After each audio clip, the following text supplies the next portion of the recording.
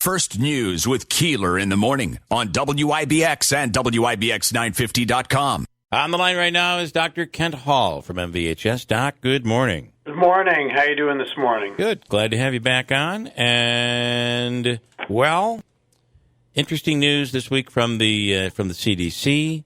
Interesting news from Disney. Vaccination stories. Vaccination mandates. You don't have to get a vaccine if you work here, but you also don't have to work here. So there's a lot of interesting stuff out there. Where are you guys? Let's start with this. Where are you guys right now at MVHS? Yeah, so we have 6 patients that are in the system with COVID, and 50% are vaccinated, 50% are not vaccinated. Interesting.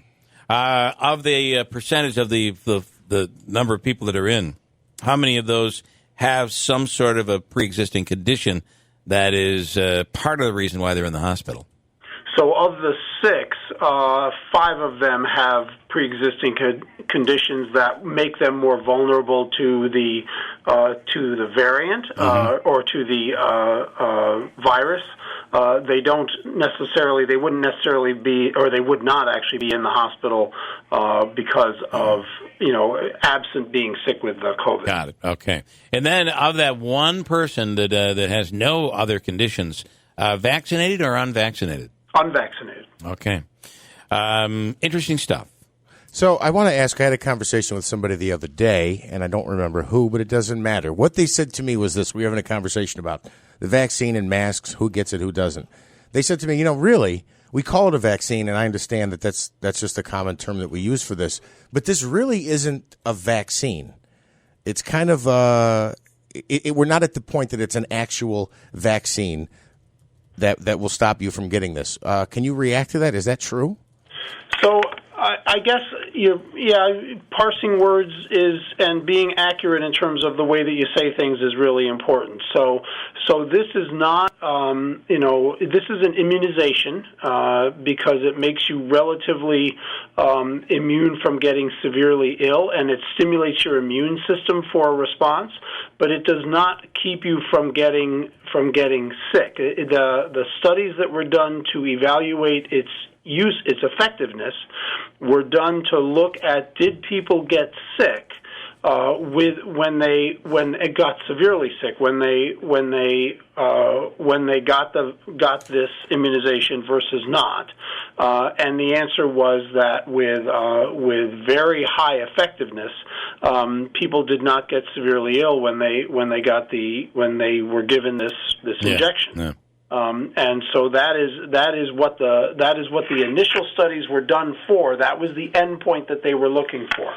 And what we found is that, over the course of millions of people getting it, that has indeed been true, that people, do not, relatively speaking to people who did not get anything, there is a high degree of effectiveness and protectiveness. It's not 100%, certainly, and unfortunately for the person that does get sick, even though they have gotten the injection, it is 100% for them whether they get sick or not. So that is absolutely true. But it is a vehicle to stimulate your immune system so that your body can rapidly identify the virus as basically a foreign invader, and will mobilize its defensive resources to fight it off before it can do significant damage.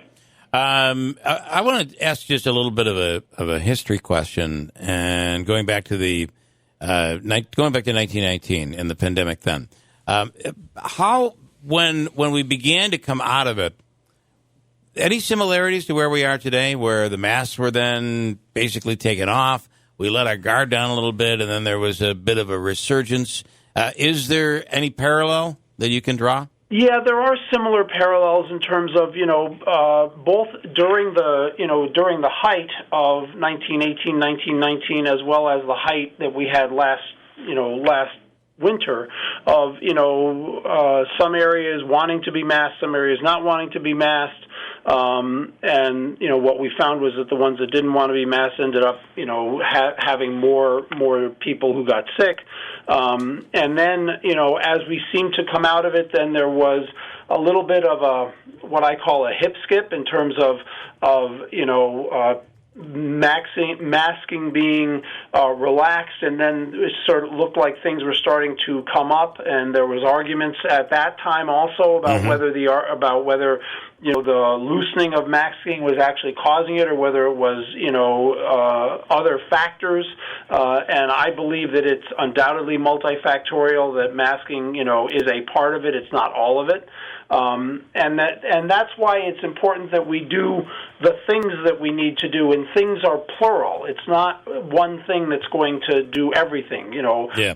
And so, but yes, there are similarities and parallels to what happened in the 1918-1919 flu pandemic as well. We'll get to more of this in a second. Mike, though, with a question. Michael in Rome. Hi, Mike. You're on with Dr. Hall. Hi, good morning. My question is, when the next booster comes out, or the first one, will that be altered to cover the Delta variant and like that so forward too? Yeah, I'm going to hang up and let Dr. Hall answer that. And then Mike, just thanks. as an addendum to Mike's question, was the current vaccine not effective against Delta? I thought it was. So the current vaccine is effective against Delta in terms of keeping people from getting significantly ill. It is not as effective as it was against the Alpha, against the original one, but it is relatively effective against people getting significantly ill, even with the Delta variant. The question that Mike has about is there going to be a change, or are they going to remanufacture any boosters to specifically target the Delta variant?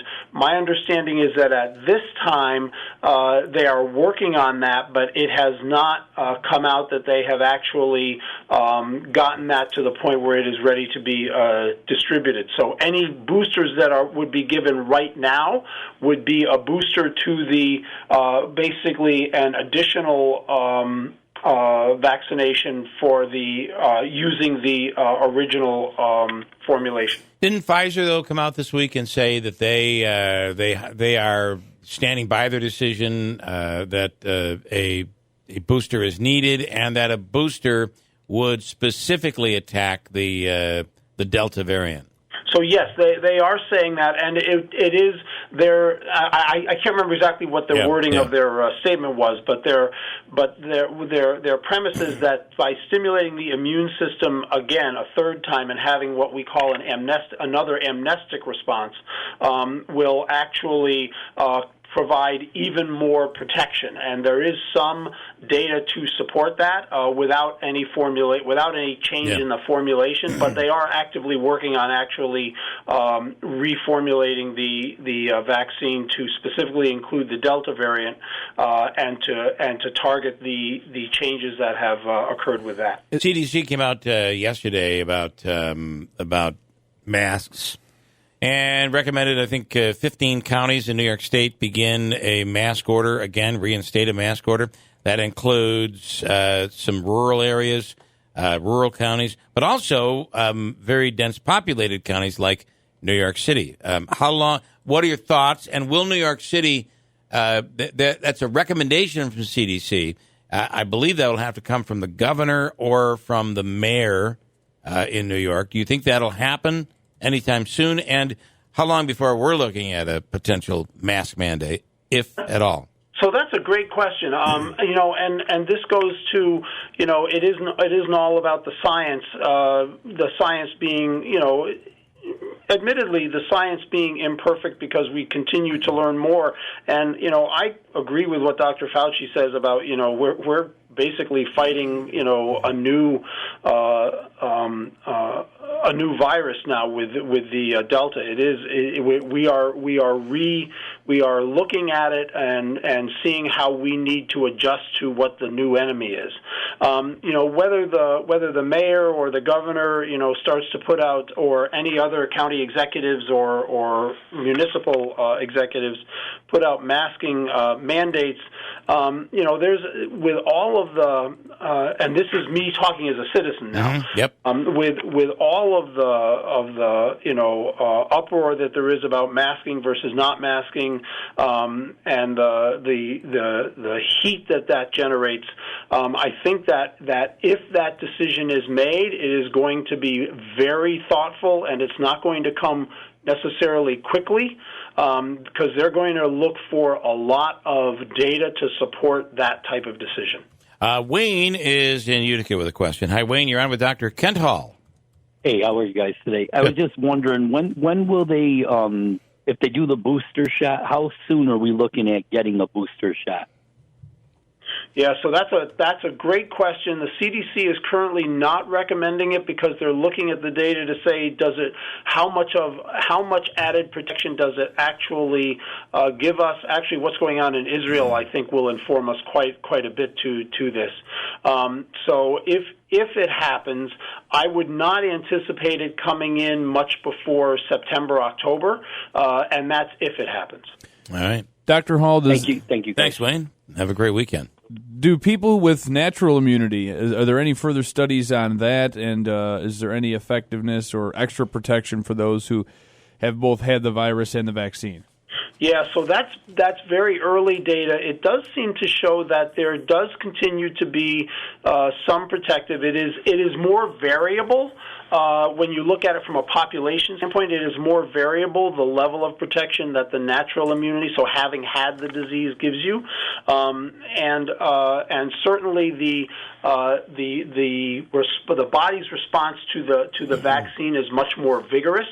I haven't seen anything about natural immunity to the alpha variant or to one of the earlier variants relative to the protection that it gives you for the Delta variant. I haven't seen anything about that. I'm sure that people are looking at it. I just haven't seen anything that's been in print or that is even in the preprint process. All right. I want to squeeze in one more quickly with a question. A lot of people asking questions this morning. Harry in New Hartford, you're on with Dr. Hall. Good morning, Bill. Dr. Hall, I was wondering, I think I listened to a interview with the head of Pfizer a while back, and I think he said that even if we got a variant that was, we had no efficacy with our current vaccine, that they would have no problem developing a vaccine for a new variant within like a few weeks, and it would not take too long to test either because of it. They've already done so much testing with the current one as far as safety. All right, Harry, I'm going to hang up and let Dr. Hall wrap that one up here. Yeah, no, Harry is exactly right, and what the head of Pfizer said is accurate. That given that we already know that basically we've got the machinery in place to develop it. It's really just knowing what the amino acid sequence is that we have to fight against, and we know that with the Delta variant. So modifying the vaccine is pretty easy, and with the amount of Delta variant that is circulating, being able to do a study that looks at with pretty high numbers that looks at its effectiveness, we should be able to get that done pretty quickly too. All right. That's why I'm thinking that. I mean, if you think about it, when I said September, October, that's 1 to 2 months from now. That's right. 4 to 8 weeks. That's a pretty short period of time. One more squeeze in before we let you go. I've got about 30 seconds. David in New Hartford, you're on with Dr. Hall. Hey, Bill. Thanks, Dr. Hall. What's your feeling about the ivermectin treatments? Have shown great promise in treating and preventing COVID. All right, I'm going to hang up. Doc, what do you think? Yeah, so the ivermectin treatment, there's been a lot of research done on that. The initial studies looked pretty good, but when you looked at the studies, they actually weren't very good studies. They weren't very rigorous. So what we're seeing is that at this time there really isn't any benefit to use of ivermectin. Doc, we appreciate it. Okay. Hey, thank you, everybody. Please be safe. All right. Thanks so much, Dr. Kent Hall from MVHS.